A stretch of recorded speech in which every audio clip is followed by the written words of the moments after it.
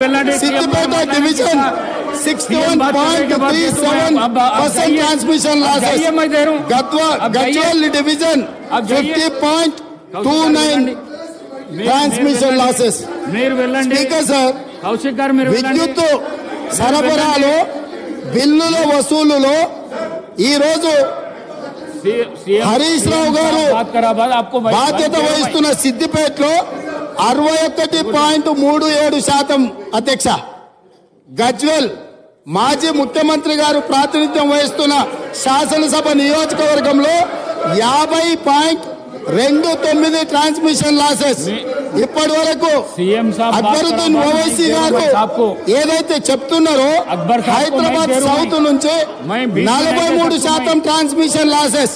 ఈ రాష్ట్రంలో అత్యధికంగా విద్యుత్ వినియోగం చేసే దాంట్లో బిల్లులు ఎగవేసిన దాంట్లో మొదటి స్థానం సిద్దిపేట ఉంది, రెండవ స్థానంలో గజ్వేల్ ఉంది, మూడవ స్థానంలో హైదరాబాద్ సౌత్ ఉంది. ఈ ముగ్గురు లీడర్లు 10 సంవత్సరాలు తెలంగాణ రాష్ట్రాన్ని పరిపాలించి విద్యుత్ బకాయిలు చెల్లించక మొండి బకాయిలల్లా సిద్దిపేట, గజ్వేల్, హైదరాబాద్ సౌత్ ఉన్నది అధ్యక్ష. ఈ రోజు మొత్తం విద్యుత్ రంగమే దివాలా తీయడానికి, అప్పుల పాలు కావడానికి ఈ 3 ప్రాంతాల నుంచి బిల్లులు చెల్లించకపోవడం వల్ల ఈ రోజు ఈ పరిస్థితి దాపురించింది.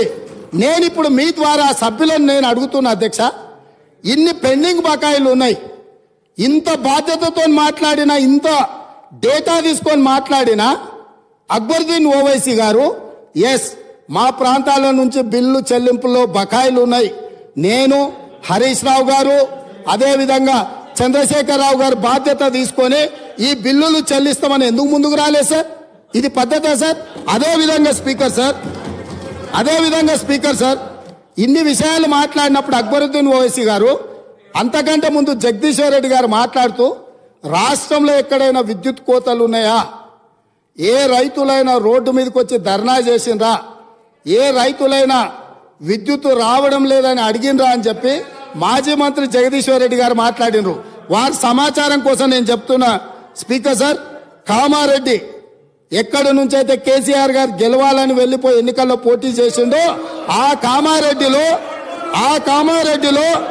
సెప్టెంబర్ 1 తారీఖు నాడు కరెంటు సబ్ స్టేషన్లో ముట్టడి చేసి మొత్తం రైతులు ధర్నా చేసి రోడ్లెక్కి కామారెడ్డిలో నిరసన తెలిపినరు.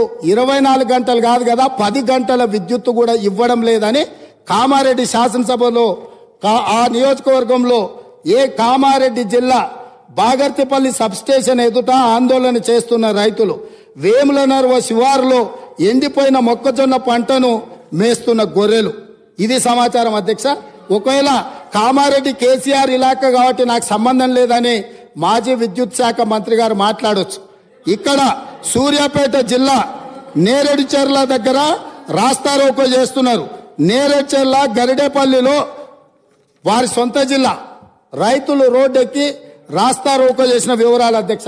అదేవిధంగా గరిడేపల్లి కల్మల చెరువు సబ్ స్టేషన్ ను ముట్టడి చేసి రైతులు ధర్నా చేస్తున్నారు అధ్యక్ష. అదేవిధంగా మేళ్ల చెరువు అక్టోబర్ 15 నాడు సూర్యాపేట జిల్లా మేళ్ల చెరువులో రైతులు నిరసన బాట పట్టారు అధ్యక్ష. అదేవిధంగా కరెంటు సమస్యలతో గద్వాల్లో 24 గంటల కరెంటు రావట్లేదని సబ్ స్టేషన్ ని ముట్టడి చేసిన వివరాలు అధ్యక్ష. అదేవిధంగా అధ్యక్ష, కరెంటు కోతల వల్ల కన్న కొడుకు చచ్చిపోతే కరెంటు కోతతో కొడుకు, కడుపు కోతతో తల్లి బలి. కరెంటు సరైన సమయంలో ఇవ్వకపోవడం వల్ల కొడుకు చనిపోతే ఆ దుఃఖాన్ని భరించలేక కొద్ది గంటల్లోనే కొడుకు శవాన్ని కూడా దాన సంస్కారాలు చేయకముందే ఆ తల్లి, కొడుకు పేరు కొమరయ్య, తల్లి పేరు ముత్తవ్వ, డోర్నకల్ వరంగల్ ప్రాంతంలో 2 ఏళ్లుగా వ్యవసాయం కలిసి రావడం లేదని అప్పులు పెరిగిపోయాయి. వాటిని తీర్చేందుకు కొమరయ్య సాగును పెంచాడు. కానీ విద్యుత్ రాకపోవడం వల్ల కొమరయ్య అనే రైతు చచ్చిపోతే ఆ దుఃఖాన్ని తట్టుకోలేక గుండె బగిలి కన్న తల్లి ముత్తవ్వ కూడా చనిపోయింది అధ్యక్ష. ఇదే కాదు అధ్యక్ష, ఇంత ప్రోగ్రెస్ రిపోర్ట్ చదివిండు కదా మా మిత్రుడు. నేను అడగదలుచుకున్నా, ఎందుకంటే వారు చాలా సీనియర్ సభ్యులు, వారు అన్ని విషయాలను వారు సభ ముందుకు తెస్తే నిజంగా మేము అప్రిషియేట్ చేస్తాం అధ్యక్ష. మేము వైట్ పేపర్ పెట్టింది దేనికోసం అధ్యక్ష? వాస్తవాలను ప్రజల ముందుకు తీసుకెళ్లి వాళ్ళ సలహాలు సూచనలు తీసుకొని ఒక మంచి పరిపాలన ఇవ్వాలని మేము చర్చ చేసినాం అధ్యక్ష.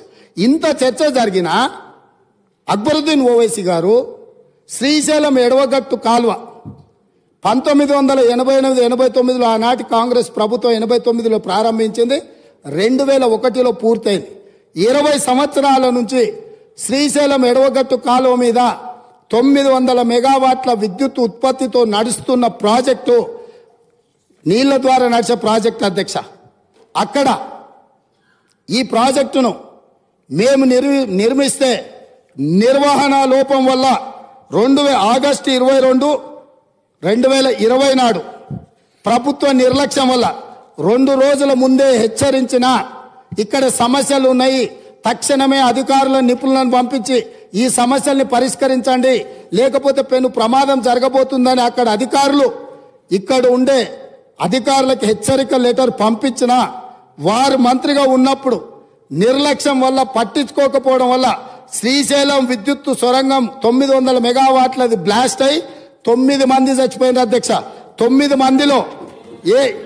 మందిలో ఏఈ ఉజ్మా ఫాతిమా హైదరాబాద్ ఓల్డ్ సిటీలో ఆ అమ్మాయికి మైనారిటీ కాంగ్రెస్ పార్టీ ఇచ్చిన రిజర్వేషన్ తో ఆ అమ్మాయి ఇంజనీరింగ్ చదివి ఉద్యోగం చేసి అక్కడ చేరితే ఆ అమ్మాయి ఒక మహిళ అయి ఉండి ఆడబిడ్డ అయి ఉండి అక్కడ ఉద్యోగం చేస్తుంటే ఆ అమ్మాయి చనిపోతే ఆ కుటుంబాన్ని మేము ఇంటికెళ్ళి పరామర్శించినాము, మేము ఆదుకున్నాం ఆ కుటుంబాన్ని. కానీ రాష్ట్ర ముఖ్యమంత్రి గారుగా ఆనాటి ముఖ్యమంత్రి గారు కానీ ఆనాటి విద్యుత్ శాఖ మంత్రి కనీసము మన చాదర్గట్టులో ఉండే ఆ మైనారిటీ ఏఈ కుటుంబాన్ని కూడా పరామర్శించలేదు. శ్రీశైల సొరంగము పేలిపోవడం వల్ల 9 మంది ఉద్యోగస్తులు అక్కడికక్కడనే బుగ్గిపాలైపోయిన శవాన్ని కూడా గుర్తించలేని పరిస్థితిలో ఖాళీ బూడిదై మసైపోయింది. మానవత్వం లేని ప్రభుత్వము దాని మీద విచారణకు ఆదేశించలేదు. కనీసం ప్రమాద స్థలాన్ని మేము పరిశీలించి బాధితులకు కొంత ఉపశమనం కలిగిద్దామంటే మమ్మల్ని పోలీసులను పెట్టి అరెస్ట్ చేసి పోలీస్ స్టేషన్లలో కూసబెట్టిండ్రు అధ్యక్ష.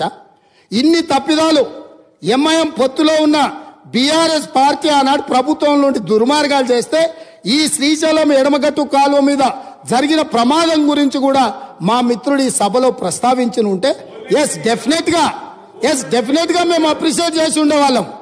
కాబట్టి ఈరోజు